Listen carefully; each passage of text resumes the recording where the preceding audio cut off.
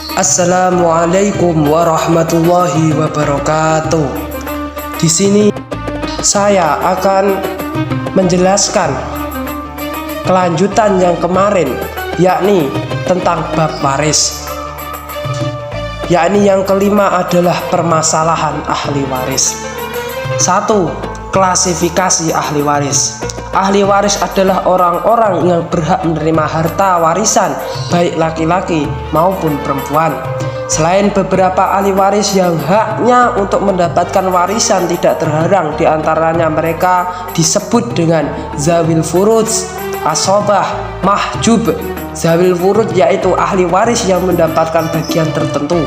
Asobah yaitu ahli waris yang mendapatkan sisi harta warisan. Mahjub yaitu ahli waris yang terhalang mendapatkan harta warisan karena adanya ahli waris yang lain. Ahli waris ditinjau dari sebab-sebab penstatusan mereka menjadi ahli waris yang diklasifikasi sebagaimana berikut. 1. Ahli waris sababiyah, yaitu orang yang berhak menerima bagian harta warisan karena hubungan perkawinan dengan orang yang meninggal, yaitu suami atau istri. 2. Ahli waris nasabiyah, yaitu orang yang berhak menerima bagian harta warisan karena hubungan nasab atau pertalian darah dengan orang yang meninggal.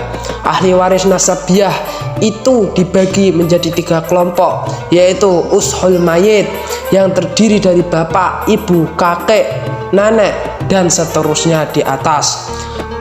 2. Fu'rul mayit, yaitu anak, cucu, dan seterusnya sampai ke bawah garis turunan. Yang ketiga adalah al-hawayis, yaitu saudara, paman, bibi, serta anak-anak mereka dari garis keturunan samping. Adapun ditinjau dari jenis kelaminnya, itu ahli waris laki-laki ada 15 orang, yaitu suami, anak laki-laki, cucu laki-laki, bapak, kakek dari bapak, saudara laki-laki kandung, saudara laki-laki seayah, saudara laki-laki seibu, dan seterusnya sampai ke 15. Adapun yang ahli waris perempuan, yakni istri, anak perempuan, cucu perempuan dari anak laki-laki, ibu, nenek dari ibu, dan seterusnya. Ahli waris perempuan terdiri dari 10 orang perempuan. Selanjutnya ada furudul muqarrabah. Yang dimaksud dengan furudul muqarrabah adalah bagian-bagian tertentu yang telah ditetapkan Al-Quran bagi beberapa ahli waris tertentu. Bagian-bagian itu ada 6, yaitu setengah, seperempat, seperdelapan, sepertiga, 2/3, atau 1/6. Selanjutnya ada zawil furud. Zawil furud adalah beberapa ahli waris yang mendapatkan bagian tertentu sebagaimana yang telah disebutkan di atas. Adapun rincian bagian-bagiannya, yakni 1. Ahli waris yang mendapatkan setengah bagian ada 5 ahli waris, yaitu anak perempuan tunggal dan jika tidak ada laki-lakinya. Selanjutnya ada cucu perempuan tunggal dari anak laki-laki selama tidak ada anak laki-laki, dan cucu laki-laki dari anak laki-laki. Selanjutnya saudara perempuan kandung tunggal. Selanjutnya ada saudara perempuan seayah tunggal, dan jika tidak ada anak laki-laki atau anak perempuan. Suami, jika tidak ada suami maka anak laki-laki atau perempuan, atau cucu laki-laki, ataupun bisa perempuan dari anak laki-laki. Ahli waris yang mendapatkan 1/4 bagian, yakni suami, jika tidak ada akan digantikan anak laki-laki atau anak perempuan, cucu laki-laki atau perempuan dari anak laki-laki. Selanjutnya ada istri seorang atau lebih jika ada anak laki-laki atau perempuan, dan juga jika ada cucu laki-laki ataupun perempuan dari anak laki-laki. Ahli waris yang mendapatkan bagian 1/8, yakni ahli waris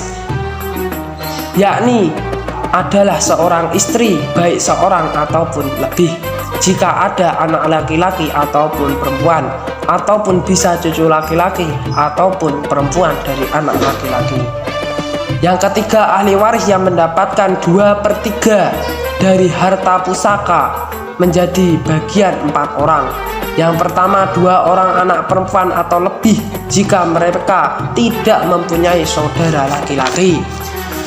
Yang selanjutnya, 2 orang cucu perempuan atau lebih dari anak laki-laki jika tidak ada anak perempuan atau cucu laki-laki dari anak laki-laki.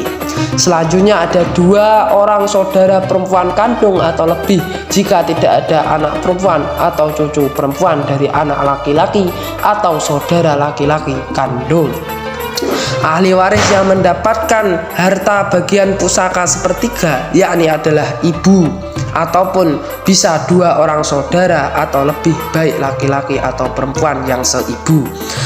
Yang kelima adalah ahli waris yang mendapatkan 1/6 dari bagian harta pusaka, yakni ada 7 orang.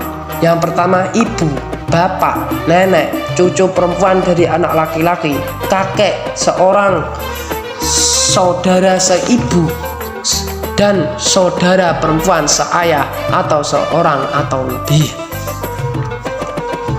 Selanjutnya ada asobah. Menurut bahasa, asobah adalah bentuk jamak dari ashib yang artinya mengikat, menguatkan hubungan kerabat atau nasab. Menurut syariat, asobah adalah ahli waris yang bagiannya tidak ditetapkan tetapi bisa mendapatkan semua harta atau sisi harta setelah harta dibagi kepada ahli waris dzawil furud. Ahli waris yang menjadi asobah mempunyai 3 kemungkinan. Pertama, mendapat seluruh harta waris ahli waris dzawil furud tidak ada. Kedua, mendapat sisa harta waris bersama ahli dzawil furud saat ahli waris dzawil ada. Ketiga, tidak mendapatkan sisa harta warisan karena warisan telah habis dibagikan kepada ahli waris dzawil furud. Di dalam istilah ilmu faraid, macam-macam asobah ada 3, yaitu asobah binafsi adalah ahli waris yang menerima sisa harta warisan dengan sendirinya tanpa disebabkan orang lain. Yang kedua adalah asobah bil ghair, yaitu anak perempuan, cucu perempuan, dan saudara perempuan seayah yang menjadi asobah jika bersama saudara laki-laki masing-masing. Yang ketiga ada asobah al-maghir, yakni asobah bersama orang lain, yaitu ahli waris perempuan yang menjadi asobah dengan adanya ahli waris perempuan lain. Mereka adalah saudara perempuan sekandung menjadi asobah bersama dengan anak perempuan, ataupun bisa saudara perempuan seayah menjadi asobah jika bersama anak perempuan atau cucu perempuan. Selanjutnya ada hijab. Hijab adalah penghapusan hak waris seseorang, baik penghapusan sama sekali ataupun pengurangan bagian harta waris, karena ada ahli waris yang lebih dekat pertaliannya atau hubungannya dengan orang yang meninggal. Oleh karena itu, hijab dibedakan menjadi 2 macam, yakni hijab hirman, yaitu penghapusan seluruh bagian karena ada ahli waris yang lebih dekat hubungannya dengan orang yang meninggal. Contoh, cucu laki-laki dari anak laki-laki tidak mendapatkan bagian selama ada anak laki-laki. Yang kedua ada hijab nukson, yaitu pengurangan bagian harta waris karena ada ahli waris yang membersamai. Contohnya, ibu mendapat 1/3 bagian, tetapi kala yang meninggal mempunyai anak atau cucu atau beberapa saudara, maka bagian ibu berubah menjadi 1/6.